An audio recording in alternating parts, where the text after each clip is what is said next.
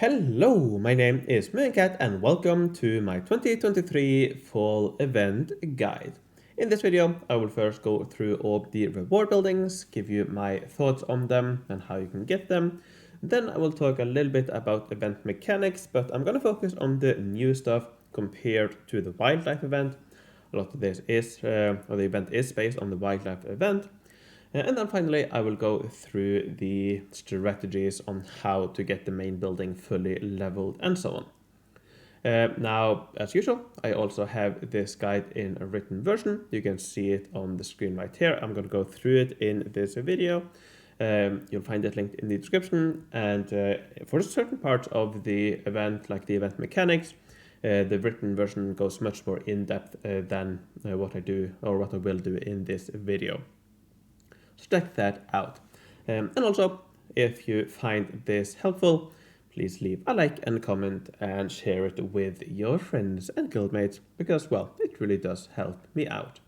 Okay, let's jump right into it. Let's start with all the event rewards, and we do have quite a few of them. The main building is the Autumn Vineyard. It is a 3x7 building with 11 levels. However, not only do we have a golden upgrade kit, we also have this silver upgrade kit. Yep, that's right. So you can only get it to level 9 with the regular upgrades. Then you use a silver upgrade to get it to level 10. And then finally a golden upgrade to get it to level 11. I don't really like it, but it is what it is, and fortunately you will be able to get all, even if you only land at level 9, and that is because the level 9 building produces fragments of the silver upgrade kit, and just jumping ahead a little bit, the level 10 building produces fragments of the golden upgrade kit. But let's go back to that in a moment. Let's go through these stats, starting with the level 9 building. So as I said, it's a 3x7 building. It does require a road. It gives population happiness. I see my copy paste or replace all didn't go completely to plan. So this is supposed to be coins. You'll see later on why it's now sex or flower. But it gives population happiness, coins, and supplies. It gives a lot of forge points at level 9. So this is not even final level. It gives almost 1 forge point per tile at the max level, which is a lot of forge points. It also gives a decent amount of goods, over 3 per tile. It gives higher age blueprints. And these blueprints, they can either be of your age or any higher age, which is quite interesting, if you ask me. It can definitely be nice. As I mentioned, you get fragments for the silver upgrade kit. You get 5 per day. You need 150 in total, so that means that at most you need 30 days to get it. But as I'll go over in a moment, you do also get some silver upgrade kit fragments from the event itself. In addition to that, you have a 50% chance of getting 1 fragment of the Shroom throne, which is another new building I'll go over in a moment. You need 100 of those, which means it takes 200 days to produce 1. Or you can get a fragment of the Granny Aurora's apple tree, which is another new building that I'll also go over in a moment. In addition to that, you get attack boost both for your attacking army and for your defending army. Even at level 9, it's quite a decent one with up to 1.33 attack per tile. Not amazing, but definitely not bad either. Now, if we move up to level 10, again, it gives population happiness, coins and supplies. It gives slightly more forge points. Here we do get over 1 per tile in the latest age. You get slightly more goods, plus 10. You get twice the amount of blueprints, again higher age blueprints. And instead of getting fragments for the silver upgrade kit, you get fragments for the golden upgrade kit. And again, at most you need 30 days to produce it, to finish it. But again, you will get some golden upgrade fragments from the event itself as well. You still have this random chance to get one of these 2 buildings there, or fragments of them. But instead of 1, you get 2 fragments, so twice the amount, which means you only need 100 days on average for each of these buildings. The attack boosts, they also increase a little bit. For attacking army, it goes up to 1.6 per tile.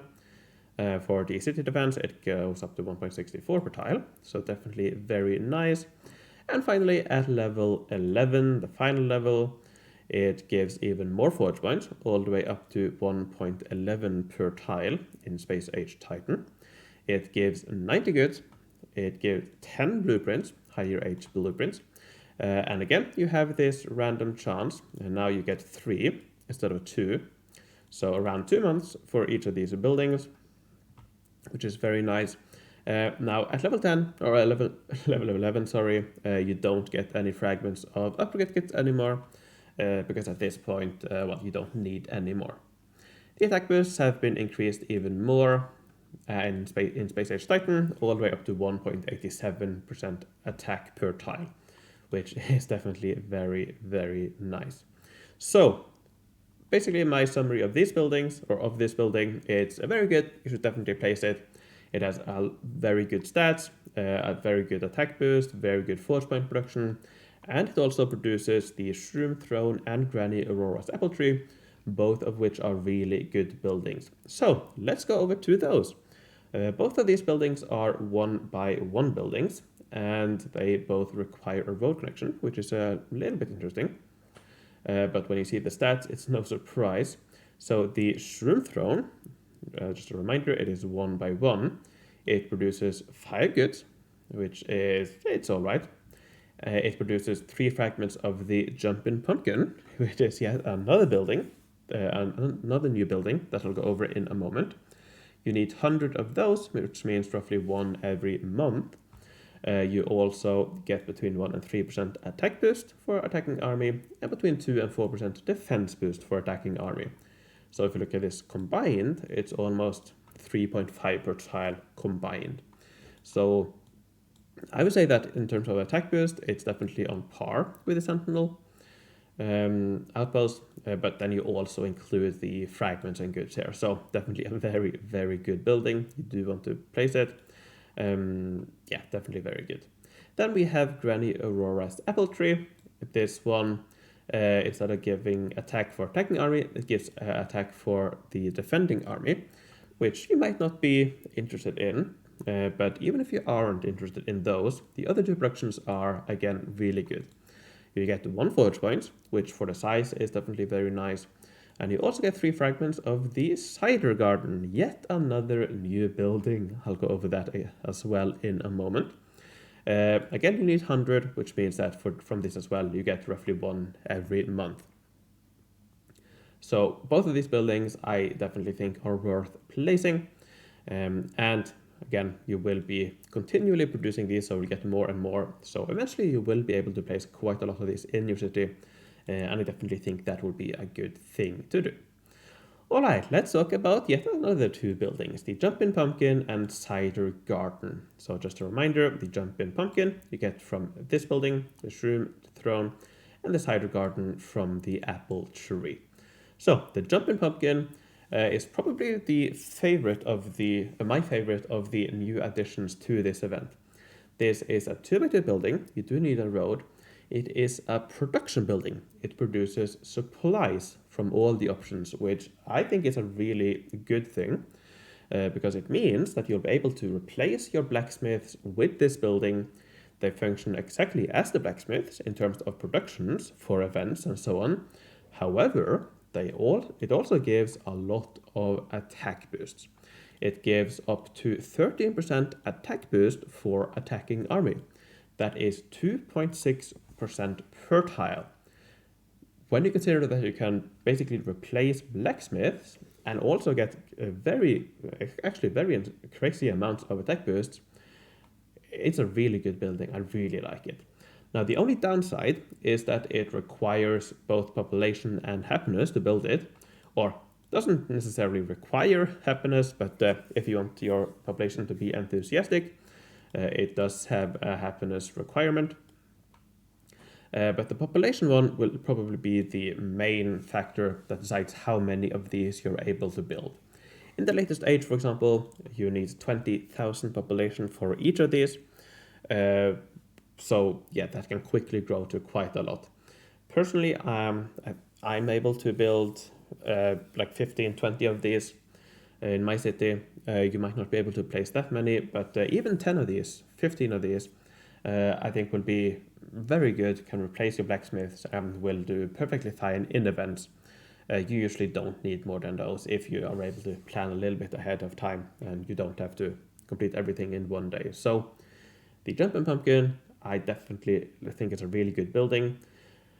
And again, just a reminder, the way you get this building is by getting the Shroom throne, which you get from the main building. So quite a process, but once you get it, it's, you quickly get a lot of them. Then we have the Cider Garden, which you get from the apple tree. This is a 2x2 building. It doesn't require a road, which is interesting. It produces forge points, 3 forge points, which is quite a lot. And it gives both attack and defense for attacking army. If you combine these, that's what, 5.5 attack per tile, combined attack per tile, which is quite insane when you think about it. And it also gives some attack for your defending army. So this building as well, really good. The best attack building from this event, I believe, or kind of. And yeah, that's why I also recommend placing the apple tree, even if you don't care about the city defense, because it produces the cider garden. All right, you might think, well, that's a lot of buildings. Are we done now? Nope, we're not. We still have one more new building, the Grape Stompin Festival. This building is exclusive to the top 2 leagues, so top 5% and top 1% of leagues. It's a really good building, but yeah, only the top 5 and 1% of players can get it. So at level 1, it produces 15 forge points. It is only 3x2, no road required. So 6 tiles, 15 forge points, that is 2.5 forge points per tile.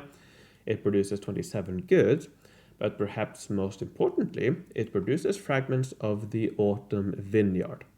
It produces 10 fragments of the selection kit, 90% of the days of collections, 10% of collections, it produces 10 fragments of the silver upgrade kit. All of this means that every 150 days you will be able to get 9 selection kits and 1 silver upgrade kit on average. So yeah, once every 5 months or so you will be able to get another Autumn Vineyard, which is definitely very nice. Now if you get it to level 2, and to get level 2 you need to land in top 1%. So yeah, I'll go over it in a moment. But yeah, if you get level 2, you get even more forge points, even more goods. You get more fragments, and you also get fragments for the... this should be gold. I'll update that afterwards. You also get 20 fragments of the gold upgrade kit. So in total, every 83 days, you will get 9 selection kits. You will get 1 silver upgrade kit and 1 golden upgrade kit. So yeah, only a bit over 2 months for each additional Autumn Vineyard if you get the Grape Stompin Festival, which is definitely very nice. I also forgot to mention that it gives attack boost.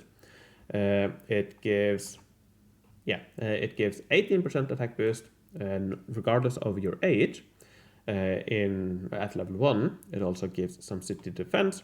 At level 2, a 30% attack boost regardless of your age. That is 5 attack per tile. So yeah, that is it for the new buildings. That's a total of 6 new buildings, quite a lot. Well, let's move on to grand prizes and milestones. So like the wildlife event actually, you only get 1 upgrade kit from the milestones. The rest you pick up from grand prizes. You get the level 1 building for free in the beginning from the grand prizes. And then as usual, every other grand prize will give an upgrade kit. Now you can also see here that you get some fragments for the silver and golden upgrade kits. Now to get the building Autumn Vineyard to level 9, you need to land here at 280 progress. And if you land here, you will get 25 plus 25 golden upgrade fragments, so 50. So that is 1/3 of the fragments you need for the golden upgrade kit, which means instead of 30 days, it'll only take 20 days to produce it from the building. And for the silver upgrade, you get 30 plus 30, so 60 of the 150 you need. So even if you only get or do the bare minimum you need for the main building, you do still get some fragments for both the golden and silver upgrade kit. Now at 300 here, you get the sunflower oil press golden upgrade. Yep, the sunflower oil press has gotten an upgrade.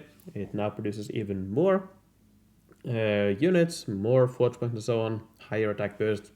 Definitely worth getting if you have the sunflower oil press. If you don't have it, you can always consider picking it up from daily specials. I'll go over that in a moment. Now after you get to this point, the rewards will loop. You have a loop here where you can see that it alternates between, well, the main building, some fragments, upgrade for the main building, some fragments for the silver and golden upgrade and so on. So yeah, you do pick up more and more of these. If you are able to get to 420 for free, then you will be able to pick up a full silver upgrade kit through fragments. And if you get all the way to 500, you will be able to pick up a full golden upgrade kit. So I don't think these are that realistic if you just play for free. But if you're really good, you might be able to get close to these. So yeah, that's the grand prizes. In terms of daily specials, you can find a full list on the wiki. I think my main recommendation would be the fall set. I still think it's a really good set, so that's what I'm going to go for myself probably.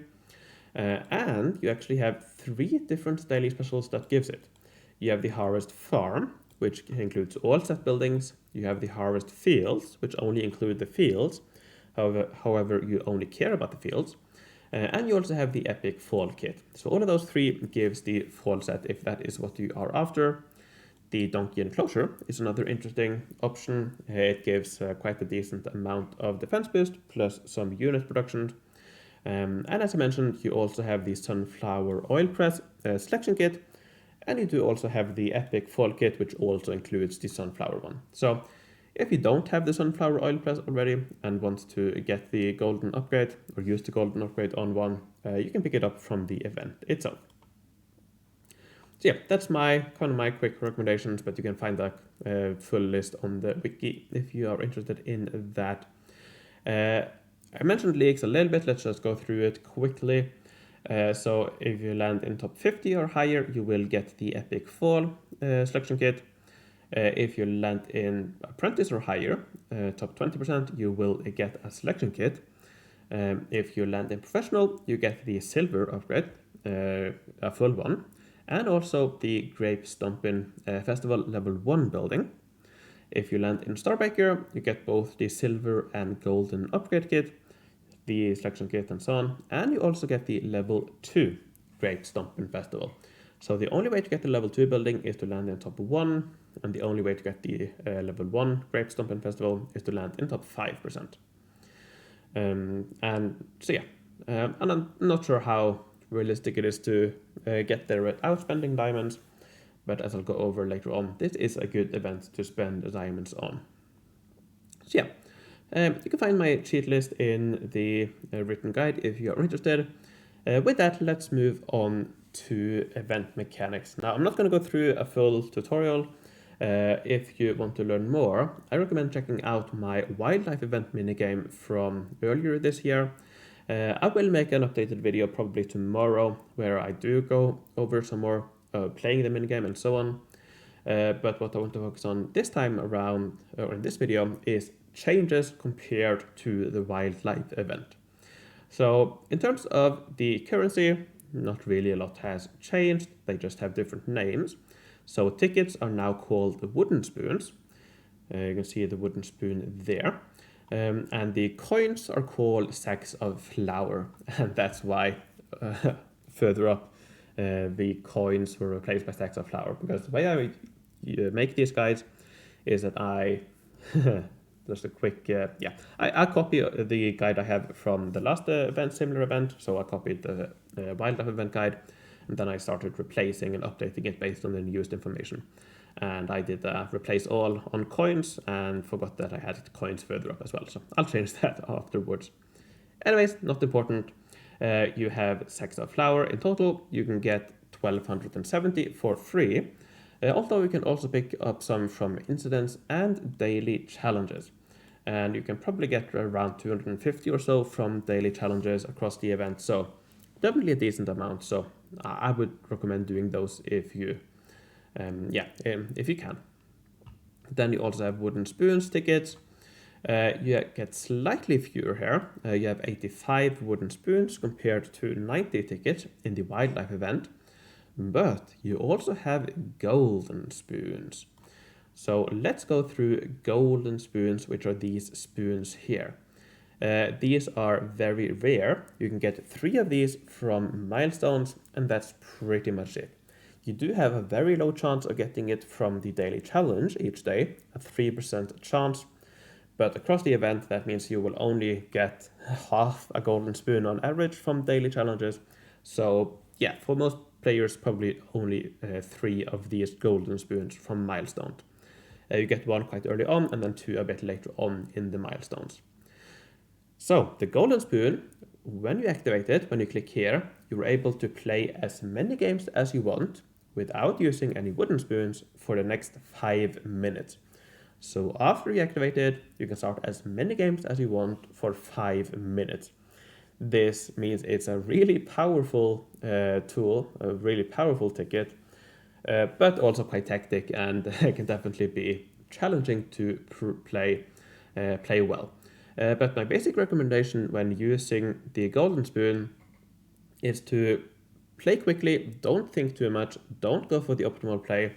Just go for the low-hanging fruit. If you see this chest is easy to get down, go for that. If you see that this coffee cup, which is the equivalent of the paws, if those are available, go for those, quick and simple.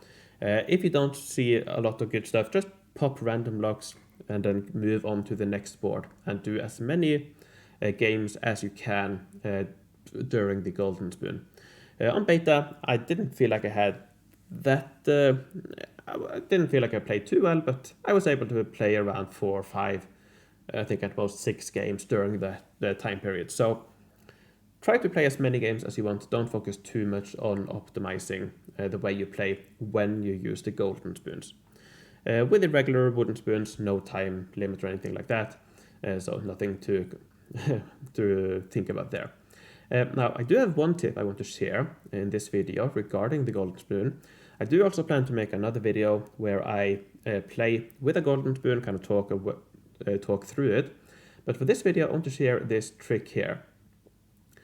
So one of the things that takes the longest time in the minigame itself is the animations, but you're actually able to cancel those on the browser. So if I let this GIF play through, here you can see that I have a big row of chests, but if I click outside of the window, you get all the pop-ups immediately, as you can see here, and then when you get back into the game, the animation is already complete. So when you have a lot of chests that you're dropping down at once, if you exit out of the window by clicking anywhere on the screen outside of the minigame, you get all the pop-ups immediately, and then you can enter the minigame again, and the animation is complete. So that's a really nice trick to use to speed up the process, especially when you are using the golden spoon. When you're just using a wooden spoon, not really that big of a deal, but I think it's still nice to practice it when you use the wooden spoons, if this is something that you want to try to use. I do want to caution you though, while it probably does save time, I think in most cases, even if you only have a few chests that you're dropping down, it does mean that you're taking your eye off of the layout, off of the grid, for some period of time, which means that when you enter again, it probably takes longer for you to figure out what your next move is. So that's something to keep in mind. That if you let it drop, you can look around the board while it's dropping to figure out your next move. But if you go out, you can't do that. So yes, it's faster in a lot of cases, but also consider that afterwards it will take a little bit longer to play. All right, so that's one thing. Let's go over some other changes. Now, there are still 5 different colors of blocks to pop That's exactly this, like it was in a wildlife event. However, you only have 4 of these available in each board. So when you start each board, one of the colors will randomly be selected to not appear, which means that for this board, you only have 4 colors to concentrate on. This makes the game a lot easier to play. It's a lot easier to get big groups of blocks to pop. It's a lot easier to pop any blocks, which means it's also a lot easier to get stuff down to the bottom of the board. So the coffee mugs, which is the equivalent of paws, it's much easier to get those down for grand prize progress. And the jars, which are the equivalent of chests, it's also a lot easier to get those down. It's also easier to create bigger groups of blocks, and as you can see, we have a 6-star jar or chest.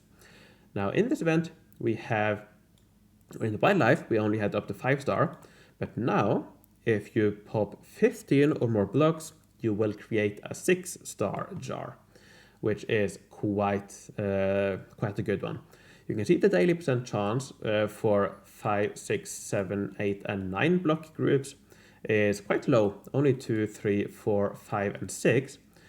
But if you're able to create a 6-star jar with 15 or more blocks, it jumps all the way up to 16% chance for the daily special. So my recommendation is definitely to try, like here, to create a big group of 15 blocks. And due to the fact that you only have 4 colors to choose from, it's actually not that hard to do. As you can see here, I have 1 already here, and I'm able to create 1 more here in my next move. So 2 already in this board. And that was my experience on beta. Some boards, you probably couldn't get any, but in many boards, I was able to get 1 or 2 or even more of these 6-star chests. So definitely try to get as many of these as you can for each board.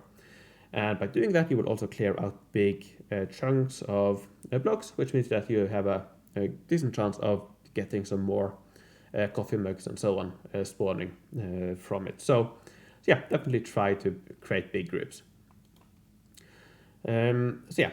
Extra moves, nothing has changed here. My recommendation is still to go for extra moves over buying boosters. Speaking of which, they have been changed slightly from the wildlife event.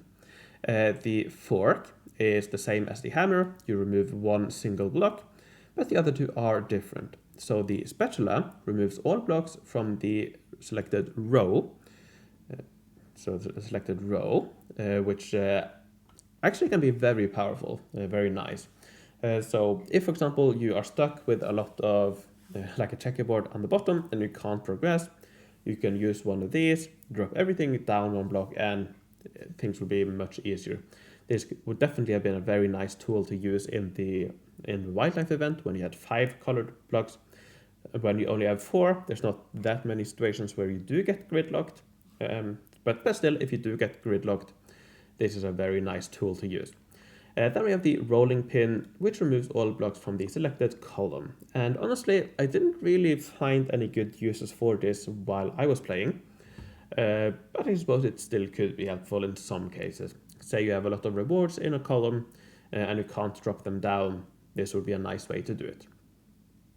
Now with these 2 boosters here, they don't remove coffee cups or jars, but they do go through them. So they do remove all the blocks on a given row or column, even if there are coffee cups or jars in the way. So yeah, you don't have to worry about that.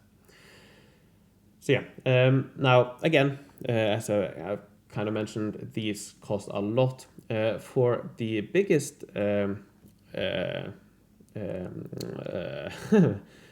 biggest booster pack, sorry, there we go, you need to spend 1,230 sacks of flour, which is almost as many sacks of flour as you get through the entire event, if you don't include incidents and daily challenges. So yeah, they're simply too expensive. I don't recommend going for them.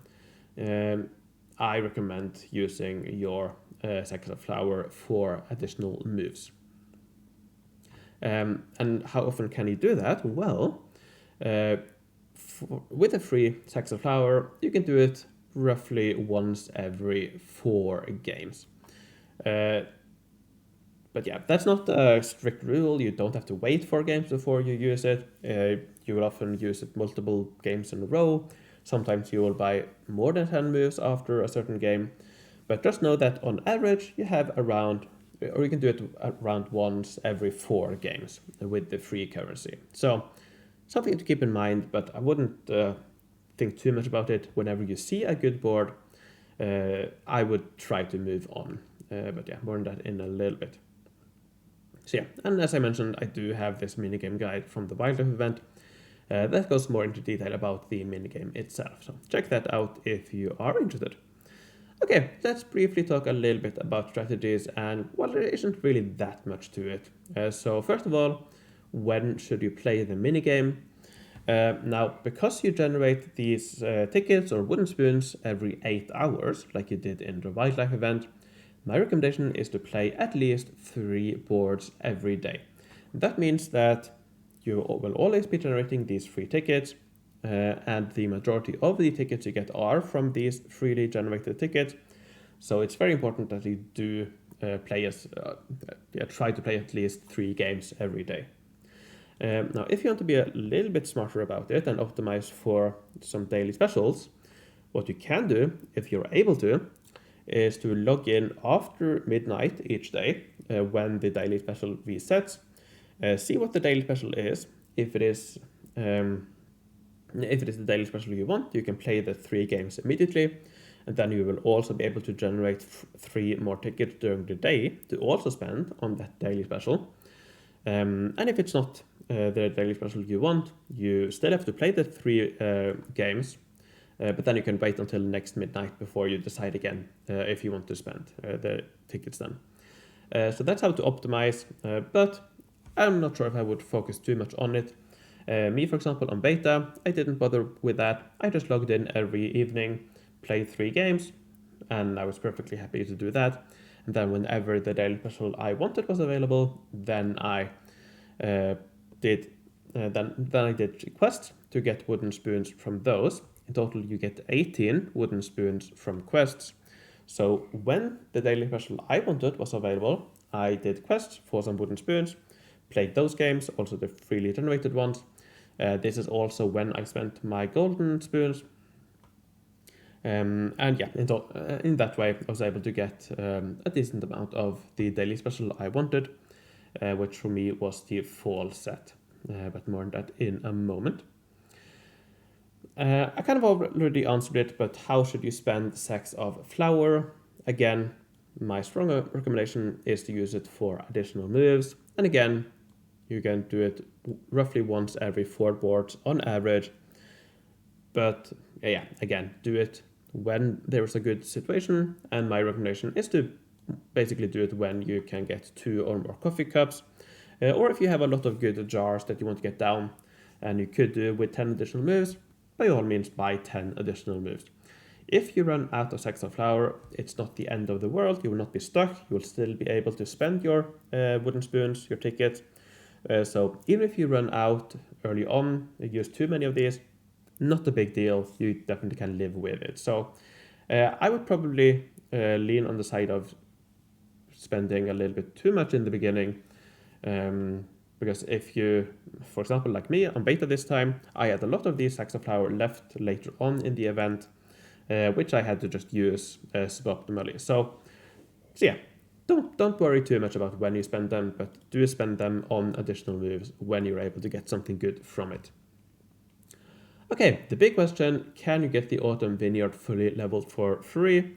My basic answer here is yes, it's definitely possible.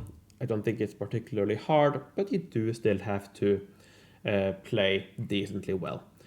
So as I mentioned early on, you need 280 coffee cups in order to get the main building to level 9. And from there you can generate the silver and golden upgrade kits you need. You have 85 games to do that on, which means you have which means you can spend around 3.3 coffee cups. You need to pick up around 3.3 coffee cups per game, which is definitely possible. in the wildlife events, we usually got more. Here, the balancing has been changed a little bit, but I think overall, you actually have a slightly higher chance of getting coffee cups this time around. Because it's much easier to play the minigame, you will be able to get things down much easier than you would in the wildlife event. But this is not including the golden spoons. And based on my results on beta at least, I was able to get roughly 20 coffee cups per golden spoon. So around 1 grand prize per golden spoon. That means that with 3 of these, I could shave off 60 from this requirement here, 60 coffee cups. If you just go down, if you have a slightly more conservative estimate and say 40 coffee cups from these 3 golden spoons, that means you only need 240 total coffee cups from the wooden spoons for a total of 2.8 coffee cups per game. And I think this is definitely possible to get. Shouldn't be that big of a deal, that difficult, but you still do need to play and to get coffee cups down to the bottom of the board. So yeah, as long as you are above the, slightly above 3 or just around there, perhaps slightly below if you spend the golden spoons well, you should be perfectly fine. You should be able to get the main building fully leveled. And if you don't, buying extra tickets with diamonds isn't that expensive, but more on that in a moment. How many daily specials can you expect? This is also quite difficult to estimate, but based on my experience on beta, I would probably estimate around 1 daily special every 2 games. So around half a daily special per game. Don't know how accurate that is, but that's roughly what I got on beta. Which means that for those 85 games, you will get around 42, 43 daily specials in total, which is quite a lot. Now, of course, a lot of those will be from days where you don't necessarily want the daily special, but still you can get quite a lot. And if you play like me, I focused on getting the fall set, which meant I had 3 different daily specials I could choose between. And also with the daily special switch, I was able to get it a few more times. So if you are going for the fall set, you can probably get it between, 4 and 6 times during the event. But yeah, so if you get it 5 times, for example, that means that you have at least 15 freely generated wooden spoons to spend on those days. Again, you can go have slightly more if you enter a day with some spoons as well. So those combined with the wooden spoons you get from quests and grand prizes. So if you use those or get those and use those on the days with the daily special you want, you can probably get around half the daily specials you want on a specific or on the fall set. And then if you go for another daily special that is not available as often, slightly less, but still you can probably get a decent chunk of these daily specials for the daily special that you want. So for fall set, for example, you can probably get around 20, 25 of those. That matches quite well with what I got on beta. I think I got 21 across the 3 options. So yeah, something around there if you focus on the fall set, for example. Alright, let's end this video by talking about diamond spending costs real quickly. My recommendation is to go for wooden spoons if you are planning to spend the diamonds. If you plan to spend a lot of diamonds, it might also be worth it to buy 2,000 sacks of flour once so that you can buy some additional moves. But if you only plan to spend a little bit of diamonds, I would probably only go for the wooden spoons. So 10 of those for 1,800 diamonds. To get an additional Autumn Vineyard, you need 320 progress each. So for each additional Autumn Vineyard, 320 progress, 320 coffee cups. Now, depending on how well you're able to play, the price will, vary quite a lot. In the past, I've been at around 4 coffee cups per game. I haven't looked through in detail my beta results yet, but I'm thinking I'm somewhere in this region here, which means that each additional Autumn Vineyard will be, let's say, between 13 and 16,000 diamonds, which I don't think is a lot at all. So definitely a good one to spend on. And also, if we consider that you get, or if the estimate of one daily special per other game is accurate, this means you will get 5 daily specials for each 10 wooden spoons you buy, which means that the cost for daily specials is only 360 diamonds, which is quite cheap indeed. So if you want to spend diamonds on an event, I do think this is a really good one to spend on. Not only is it relatively cheap, you also have some really good buildings to go for. The main building is really good. It produces really good buildings, and they also produce really good buildings. So overall, yeah, the more of those you get, the quicker you will get more and more and more and more, and eventually you will fill your entire city with fall event buildings. So yeah, really good event to spend diamonds on if that's what you want to do. So I can definitely, yeah, recommend that if you want to spend diamonds. Whew. All right, I think that is more or less all I want to say for this video. These always go way longer than I anticipated, but it is what it is. Let me end the video by thanking my Patreons for their support. I would like to thank Homestar, Lorden, Kim Kelly of the 8th, Dan Sumanat, Merrick B, Chanti, Hecate, Dark Matter, Mylia, Sierra K, Hugo Count Von Count, Judith the Journalist, Susan Weiss, Rocco, Sprite from No Remorse, Version MS, Atomic, Flowers the Avenger, Akler, Juber, Whiskey Meister, Maran Searle, Host, Henrik Del Klerbe, Bararil, Mike, Up to the Obsessed, Ruth, Karen, Dennis, Flowers Belisarius, Stampe, Podger, BCX77, Niklas, Mike So, Michael, and Early Morning. Thanks a lot for your support. Thanks for watching. Take care, and I'll see you in the future. Bye bye.